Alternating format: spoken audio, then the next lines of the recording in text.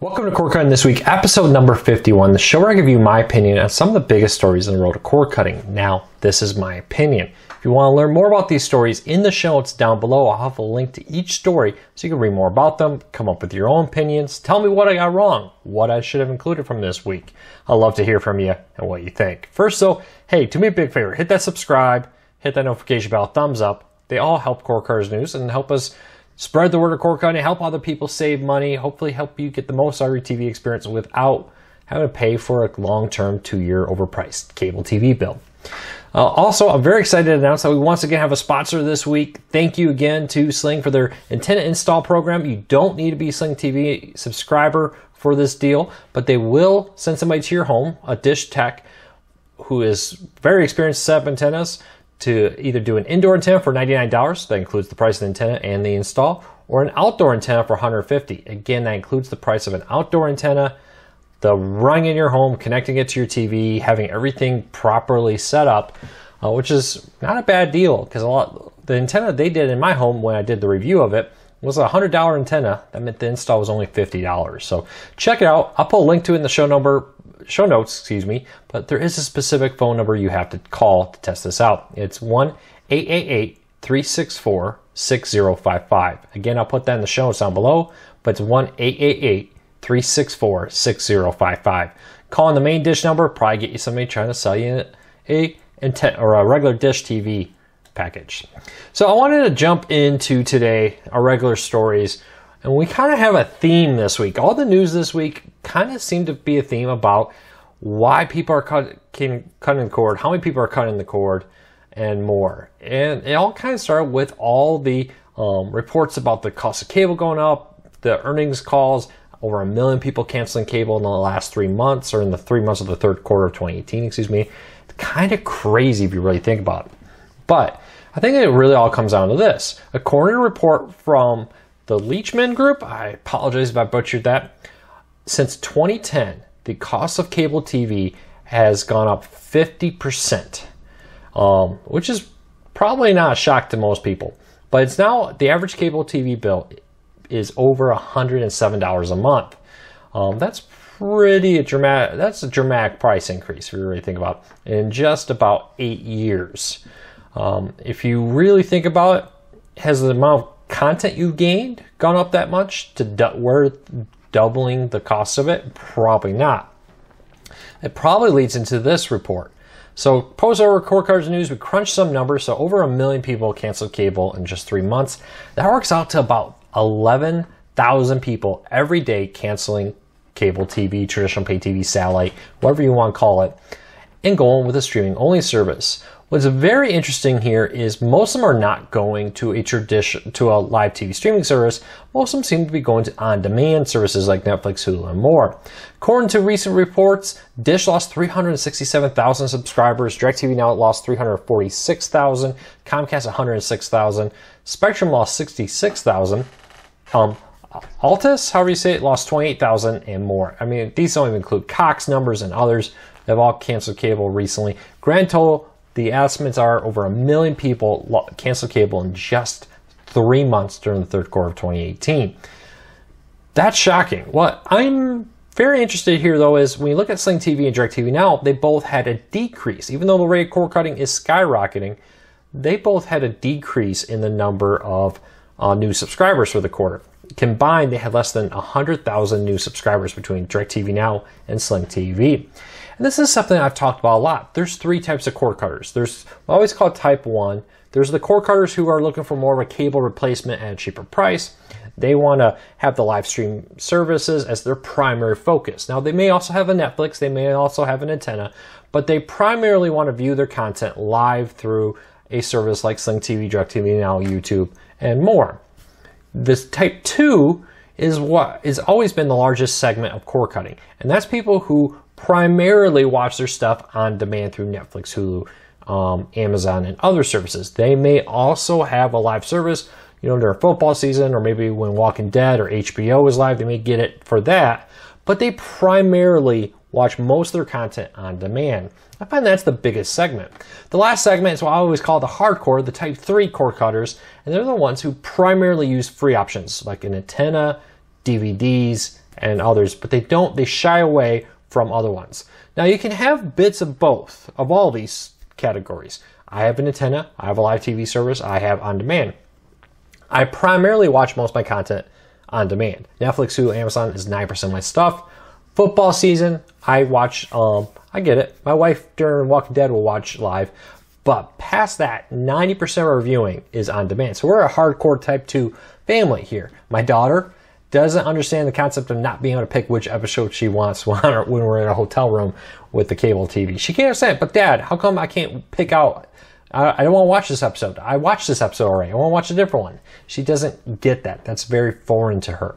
So my question to you is, what type of cord cutter are you? When you look at these numbers, over 1 million people cancel cable. Not even half of them, conservatively, it looks like, went to a live TV streaming service.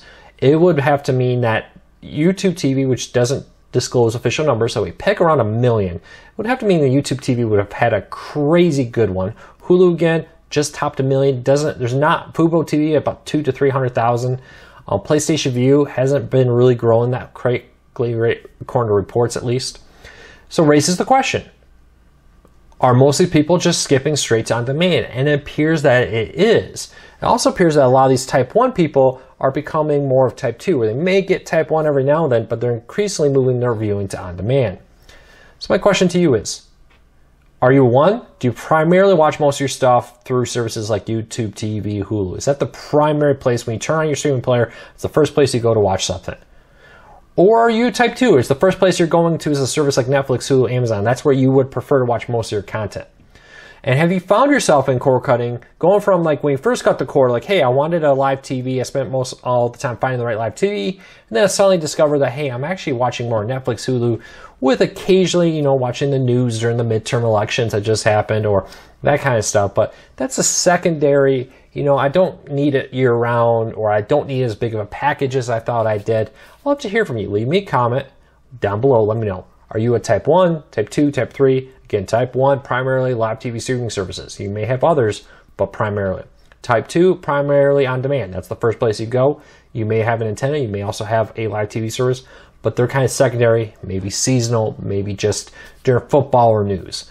And then type 3, you're like, hey, I watch antenna, I watch DVDs as my primarily source of entertainment. I have a DVR, whatever, and I may occasionally get Netflix or a service just for baseball season or something. Leave me a comment, let me know. I'd love to hear from you. But I think this is a trend to keep an eye on. Clearly, people are canceling cable faster than ever, but they're not seeing the same return growth on live TV streaming services like cable executives really hoped. They really had hope that, okay, yeah, we may not make as much money, it may be smaller, but we could stem the bleed here by shifting people from expensive bundles like satellite or cable to streaming. They're cheaper. It's not a perfect one-for-one replacement, but it's better than nothing for them. That doesn't seem to be happening, and I'd love to know what your thoughts are on that. Now, with all that, so 50% jump in cable, 100 or 11,000 people every day canceling cable TV, satellite, traditional pay TV.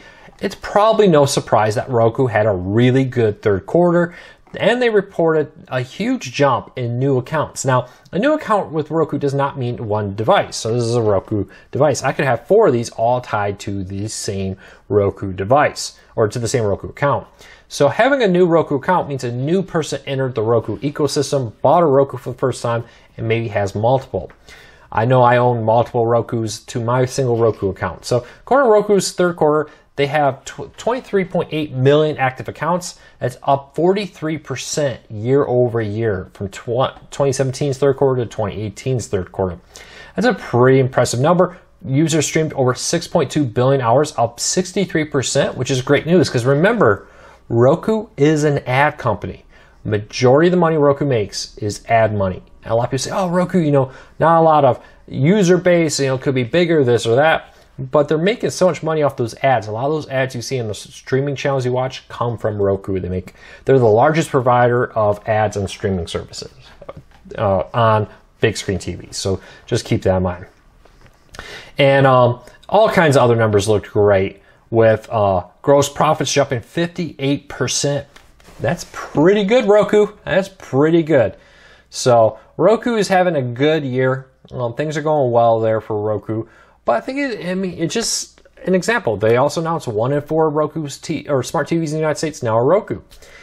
As it becomes easier, people just own TVs that already have all the apps. It seems to be driving the growth of cord cutting, because it's, you get people's foot in the door. It just kind of sucks you in once you do it once. So I'm very interested to see on this. Have you bought a Roku? Are you part of that number? Amazon didn't give a lot of sales other than talk about, very strong details here. A lot of the Fire TV numbers are mixed in there with their other numbers. So I'm interested. Which device do you use? Are you a Roku person? Are you an Apple TV person? Are you Fire, Android TV, other? Leave me a comment, let me know. But I'd like to know, if you are a Roku person, did you recently buy a new Roku? We had the new updates. How many Rokus are tied to your account? I would be very interested to see. You got 23.8 million Roku accounts. Well, my account represents over 30 Rokus. I actually found out there's a cap at how many Rokus you can have. It's like, I think 20 or 30. I had to go delete a bunch when I went to do reviews. So, how many Rokus do you have of your Roku? Is that 28 million represent 100 million Roku sold? Very well, could be. If each Roku account averages 3 Roku players, which seems reasonable, Roku TV, Roku in the bedroom, Roku in the kids' room, suddenly you're at 3 Rokus. So Roku could very well be doing far better than people think they are. So keep an eye on that. I'd love to hear from you though. Do you own a Roku? Do you? How many do you have? If you're not a Roku user, are you an Apple TV, Fire TV user? I'd love to see what those numbers are. Apple, love to see what their growth is recently for Apple TVs and so forth. All right, let's keep on going here. With the growth of cord cutting, again, like I said, it's kind of one of those weeks where it's just like all kinds of good news for cord cutting. The NFL is looking at dumping DirecTV and offering a standalone version of NFL Sunday Ticket. So, you remember back at the start of the NFL season, something really weird happened. DirecTV now started offering NFL Sunday Ticket. Not that weird. Okay, cool. AT&T owns DirecTV. They own Sunday Ticket. Makes perfect sense for them to do it. But it was only in a few markets. Boston, Hartford, hope I said it right, Los Angeles, Louisville, Philadelphia, Phoenix, and San Antonio. It's a Saturday. It's just kind of one of those weekend mindset things I'm having today. That was it. Those were the only markets you could get it. Well, it turns out, according to a report from the Sports Business Journal, that the NFL has decided that they are testing it. Apparently, there's an out in their contract that they pushed to next spring that they could cancel their contract with AT&T and go standalone for DirecTV Now, or without the need for DirecTV or DirecTV Now to offer NFL Sunday Ticket. And to do that, they approved AT&T to offer this in select markets as a test bed. I sure hope they're actually advertising this. Cord Cutters News was one of the first company news groups to report the fact that NFL Sunday Ticket was being offered without the need for satellite through if you had a DirecTV Now subscription in select markets. The downside to that was I didn't hear that from AT&T. They didn't promote that to us. They didn't tell us about it. I heard it from a reader who gave me all the info about it, and I was like, oh yeah, here it is. Wow, thanks for the tip. Why didn't AT&T tell us about this? So I hope it's getting a fair test. I hope there's a good number of people out there subscribing this, being marketed. I hope it's being marketed in these towns very well so people know about it. I think it'd be a good idea for NFL to dump them. I think it'd be I'm sure AT&T doesn't want that. They want the deal. They paid a lot of money. I'm sure that money they paid for it, though, is probably broken up in yearly payments rather than all up front. You would hope, right, if NFL is going to cancel it. But I think for the overall good of everybody, I would hope that they would offer it direct, hopefully at a more competitive price. But with going direct, you may not need to have a DirecTV Now or a DirecTV satellite bill like we just covered, making it easily end up to being over $100 a month, according to recent reports. So hopefully they honor this. My question to you, do you live in Boston, Hartford, Los Angeles, Louisville, Philadelphia, Phoenix, or San Antonio? Have you heard about this NFL Sunday Ticket deal for DirecTV Now subscribers? Did AT&T contact you? Is there billboards? Is there marketing, mail? What is happening? Has anybody heard anything about this? If it wasn't for Cord Cutters News promoting this, would you have known about that deal? I'd love to know from you. Anybody that does have it, does anybody here have NFL Sunday Ticket through DirecTV Now in those markets? I'd love to hear from you.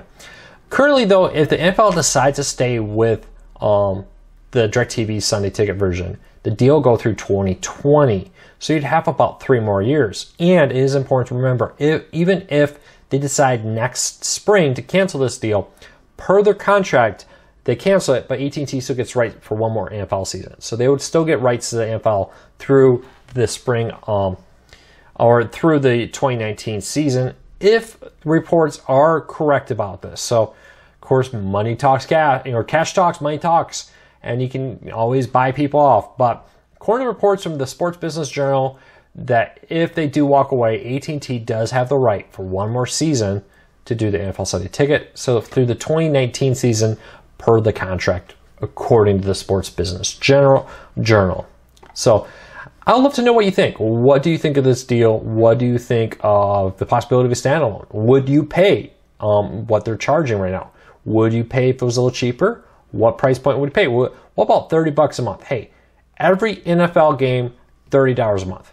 I'll be honest, I'm not a big NFL fan, but if you said every college football game for $30, done. Throw in a highlight show every now and then on that too. But if I could pay $30 for every college football game from, I say D1, I would do that. All the D1 schools, Division I, yeah, $30. I'll pay that. Other people maybe 20. Would $20 be it? Would $20 get you something you want to pay if it got you every single NFL game? All day on Sundays. You get all plus playoffs and Super Bowl. I don't know. Let me know. I'd love to hear from you. But I do know there is demand for that. I think the question is, how big is the demand and what are they willing to pay? All right, so that is the show for this week. Hey, again, hit that subscribe button, hit that thumbs up. Let me know, what story should I have covered this week? What did I get wrong? Do you disagree with my assessments of Roku's growth and others? Do you think that being crazy at saying $20-$30 is something I would pay a month to get all the NFL Sunday games? Or in my case, I would do it more for college football. But don't forget, Sling TV is offering a new install in your home. Don't need to be a Sling TV subscriber. Anybody will do it. It starts at $99.99 for indoor, $150 for outdoor. It includes the cost of the antenna. So maybe come out, hook it up, make sure your TV is all scanned and properly set up. Again, call 1-888-364-6055. Link in the show notes so you can check that out. But hey, let me know. Love to hear from you. Again, thank you for your support. Court Cards News is having great growth on YouTube. I can't believe it. I'm really, really thankful for your support. Those thumbs up and subscribe and notification bells, all that kind of stuff really helps us. So thank you. Hopefully we're helping you save some money and we can both help each other. Have a great week. I'll see you next week. Take care, everybody.